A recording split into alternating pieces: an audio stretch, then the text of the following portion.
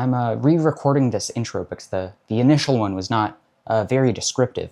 But to put it simply, I find it difficult both on this channel and more just generally thinking about things to strike a balance between thinking about things in a new and novel fashion while also being like simple enough, applicable enough to feel real, to feel meaningful, and like it has some descriptive value to it. So in this video, this is an investigation of why things go wrong, some common traps that I find in like armchair philosophy, you could say, that like especially I fall into, of like rapidly deconstructing everything or trying to construct a set of lenses that are so specific that everything fits into it in a certain way. But I think this has more general application. So yeah, with that, I will please enjoy the video. Yeah. Okay, there are some traps that people tend to fall into when thinking or talking or philosophizing in a way that's somewhat detached from consensus reality. And I think that's bad. I am pro-reality. I'm taking a pro-reality stance, and I'd like to talk a little bit about some of these traps, how you fall into them, and how you can avoid them. The first trap that I see is what I call destructive incoherence. This occurs when you are made aware that something is not as actual as you thought it was, that it's a social construct, or that it's you don't necessarily need it as a rule to live by. In this way, it's like looking at a box, and at first you think it's just a box, but then you take a little closer of a look and realize it's actually an elaborate array of lasers making up the appearance of a box. Now, at first glance, this may be concerning, seeing as the box you thought was actually there is not as real as you thought it was. However, if you continue doing this enough times, if you continue taking things and looking at them, then you will very quickly realize that all of these things turn out to be lasers. Your house is a laser, your friends are lasers. All of these things are constructed by lasers in one form or another. This can lead to a sense of alienation from truth, from reality. You start thinking, oh my God, there's so many lasers, there's layers of lasers. Lasers are interfering with other lasers, constructing everything I thought was real. And now that I'm aware of this fact, what am I to do about it? A very common answer, or at least a response to that question, is to deconstruct it, to look at it even closer and try to find what's behind that first layer of lasers. This is where the trap sets in. And to make this a little more concrete, I'll refer to these laser matrices as a cultural matrix. It's a cultural lens through which we have all been conditioned to see something. However, it's not necessarily only cultural. It can be societal or individual or a group or whatever. It's just some kind of commonly adopted lens that is used to construct more complex ideas. And once you're made aware of how reality functions with these multiple layers interacting and creating what you thought was initially real, you may feel like you need to deconstruct it. Like there is some truth behind all of these lasers. And if you keep turning all the lasers off, if you keep breaking down the boundaries between the different layers, then maybe behind it all, there will be something real. There will be something that you can actually engage with that is as real as you initially thought it was. This, of course, detaches you from any consensus reality, any commonly held viewpoint by the rest of the people around you. And now you're kind of going off on your own quest to deconstruct as much as possible. This is not a good thing, I don't think. Certainly, being able to see these lasers, see what they're doing, see how it all functions is useful. It gives you a lot more context. However, that doesn't really mean you should go and turn all of them off. It doesn't necessarily mean that there's some deeper truth. It doesn't necessarily mean that there's any answer of what to do about it, other than say, these laser matrices are here, so they are what they are. A much more positive viewpoint is to say, yes, everything is made of lasers. It's all lasers, it's all matrices all the way down. Nothing is as concrete as I initially thought it was. But lasers are awesome. Lasers are sick. Have you ever played with a laser? Lasers are so cool. And you certainly don't have to just accept it for what it is. You don't have to say, I live in the laser land that I live in, so I will just accept it and do nothing about it. No, you can choose which lasers to turn on. You can reposition them. You can add to it, remove from it, move it around a little bit. This is a creative endeavor at this point. I think that's beautiful. Certainly, lasers are a limit, right? If you are saying that I thought this thing was a fundamental truth about the world or about the universe, but I think all art forms have limits. There are no areas in life, no ways to engage with life in any realm that doesn't have its own fair share of limits. And being able to accept these limits for what they are and then work within the confines allows you to engage fully with the medium, allows you to push the boundaries and say, I know where the boundaries are, but I will use all of the area that is still bound. Just because things aren't fully real or completely limitless doesn't mean that I have to shut down my processes. I can engage as I used to. I can treat these things as real or even less than real and be able to form them in some new engaging way, some artistic, creative capacity. Sponsor me, sponsor me, sponsor me, please. The second trap that I see people falling into is what I call constructive incoherence. This is when you are made aware of how lenses change reality, how they shape reality, how they can be used as useful tools of ways to analyze reality. You can apply lenses or frames or whatever in specific ways, in specific instances, and once you do so, they bring up a lot more information than was previously there. You have access to something that you previously didn't have access to. And this is really cool, right? The ability to have something on its own and then look at it in a slightly different way and then gain new information because of the interaction between the thing and the lens, that's beautiful, that's wonderful. But this is where the second trap comes in. People are not always engaging with some specific frame. You are often applying a frame that other people are not applying, and if you are not fully aware of that, then that can lead to some instability or miscommunication. If you are walking around at all times with multiple frames applied that you're not even fully aware that you're applying, and they can't really be removed in any meaningful way. You can't go back to just the original thing that everyone else is looking at. Now you have your own blinders on in some capacity, and you think, well, I'm just seeing something more real than the reality that everyone else is engaging with. And maybe you're right. I'd say you're probably not right, because most people are not seeing it that way. So at the very least, you're limited in your ability to communicate with other people about the thing that you're trying to analyze. This confuses a state of analysis or abstraction with the actual thing itself. The map of the thing is now seen as intrinsically meaningful rather than some form or abstraction or different way of looking at things than the actual landscape. This is where the solution comes in. And this one is pretty straightforward, in my opinion. This is supposed to be a microscope. This is, don't ask me why I drew it at this angle or whatever. This is a very bad drawing, but ignore that. I believe the secret is to be aware of the lenses that you're using. Be a little more mindful about when you're applying different frameworks, different viewpoints, so that you have a simultaneous understanding of the thing in and of itself, or at least as other people perceive it, and the frame through which you're seeing it. This gives you the added context of what the thing is more up close in a more abstracted or analytical way. However, you still maintain awareness of what other people are seeing. In this case, you are able to bring other people into the framework, into the lens. You are able to show them the microscope, say, look through this, look here at this thing, and now can't you see that this thing is more complex than you initially thought it was? That's wonderful. The ability to share, the ability to communicate that information is transcendent. And this also maintains some boundary between the process of analysis and creation when it comes to frames. Certainly frames can be used as a basis of creation. You can build off of a frame, but at that point you are creating a new frame. And if you are trying to apply a frame, then it should be done so in a very specific way.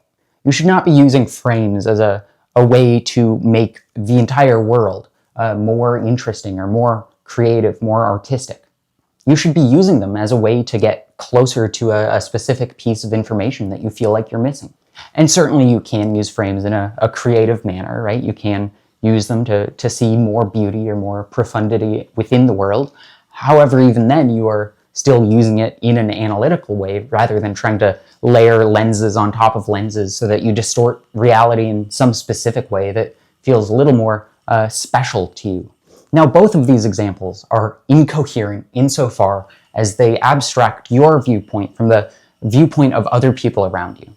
You are detached from consensus reality, and you have substituted your own reality in place of it. Certainly there's a time and place for this, however, you should be aware of when you're doing it. And this leads me to my final section, about trying to work towards coherence, towards the ability to bring other people into your viewpoint, into your belief system, into your lenses, into your frames, being able to show the beauty within the world through the ways that you see the world. It can be initially disheartening when you see that everything is a social construct in one way or another. It's just people agreeing on how things work, people talking about things and then coming to some arbitrary conclusion and saying, oh, I guess this is what it is.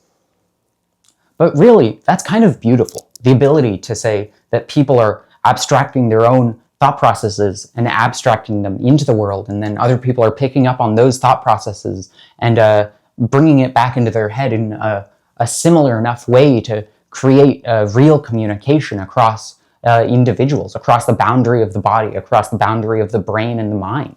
This is great. This is how things are created. This is how communication is done. And do not lose sight of that. Do not lose sight of the fact that other people are an important part of any process in which you're engaging in. And if you take a totally oppositional position to what most people find themselves believing in, then what does that result in? That results in the purple line here, which is just a canceling out of the two viewpoints. That results in nothing. You're just talking past one another at that point. So you are now stuck in your framework, and the other person is stuck in their framework. At best, you can find some middle ground between the two on which to agree. However, you're not really changing each other's minds all that much. You're resulting in either a canceling out or some placid middle ground between the two positions. In opposition to this is the reinforcing behavior of having the same viewpoint as someone else and just talking about that, adopting what other people believe in and just parroting it back to them. This certainly amplifies both people's viewpoints, but it doesn't create anything new. It's not a creative force at that point. And if your goal is to be able to look at the world in novel ways, apply frames differently, look at lasers and take lasers apart and point them in different directions, construct something new, play around with the world in which you live, then you should adopt something that is grounded in the same way that the person you're talking to is grounded, and then make slight fluctuations on that viewpoint. And that creates a combination of the two views that really results in something beautiful, not a canceling out of the other person's viewpoints, but now you are bringing them into the process. You are saying, look at these things, and they will go, oh, wow, you can just do that? You can look at things like that? And that's wonderful. That is communication at its core.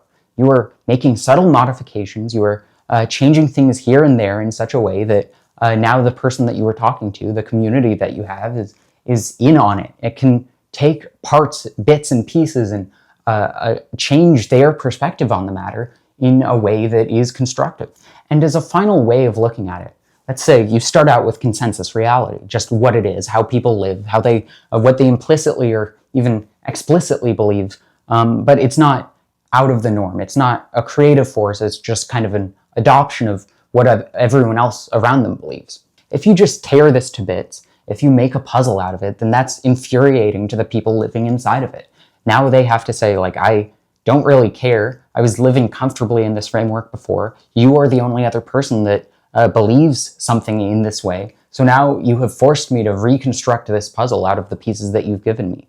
I don't want to be like you. I don't want to destroy the fabric on which we live. I don't want to take everything apart endlessly. And that's a fair position. Certainly there are circumstances where it is fun to destroy, to deconstruct, to take apart, to destroy the puzzle in some capacity, to abstract the pieces out, to look at individual puzzle pieces and say, like, oh, I'm not sure this fits in with any of the other actual pieces. There's a time and a place for that. However, it results in the viewpoint that a lot of people have about philosophy, about this kind of endless taking apart of ideas, of taking something that we all hold to be true and saying, like, this is not actually true.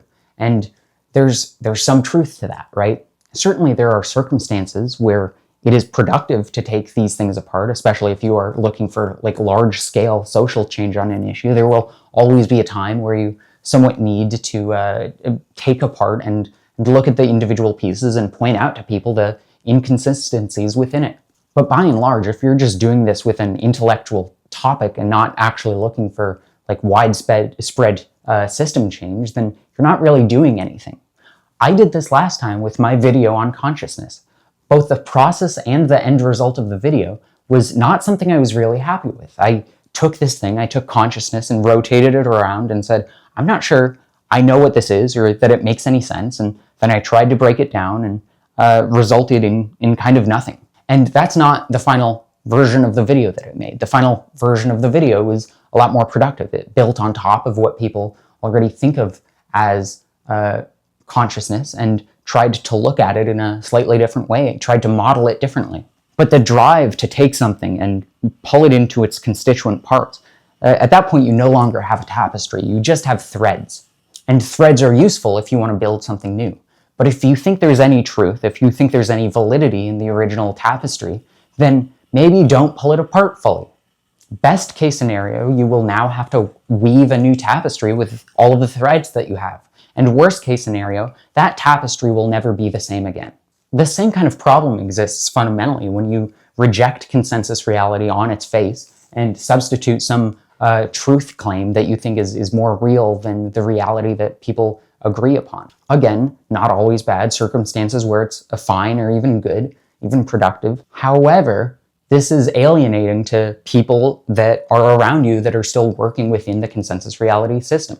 If you move away too far, too quickly from the original position, then people can't follow you.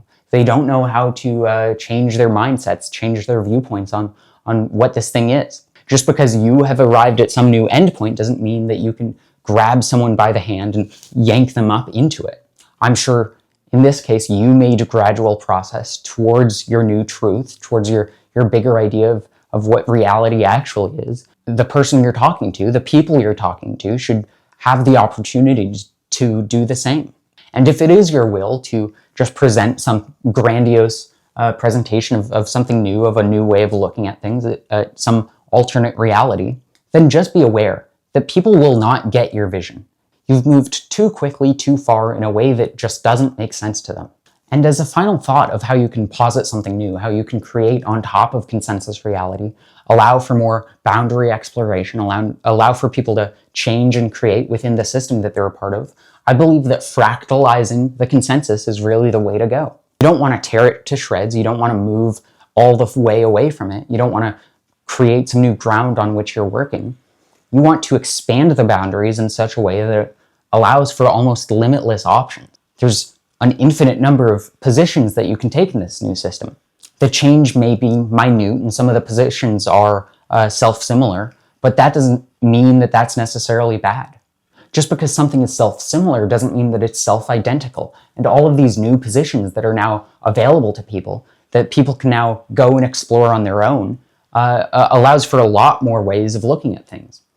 And if people on the other sides of the fractals talk to each other, they still have some shared middle ground on which to speak. They still have the compatibility layer of consensus reality. And I think this is potentially the best way to move towards a higher vision of what reality can be seen as. A way to engage fully with the system that you're in and expand it and love it wholly and embrace all parts of it and then say, yes, I love this all and I want to expand it further. That doesn't exist with the other perspectives, with the other traps that people fall into, of the tearing apart or the moving beyond. The acceptance of the circumstances, the acceptance of the limits, of the lasers, of everything around you, and then saying, yes, there are limits. There's ways in which things cannot be changed, or positions that people hold that I will not be able to manipulate all that far. However, I still can. I can push the boundaries a little further. I can explore the small minutiae in between the different branches of the tree of the fractal. This is a creative endeavor of exploring new frontiers within the system.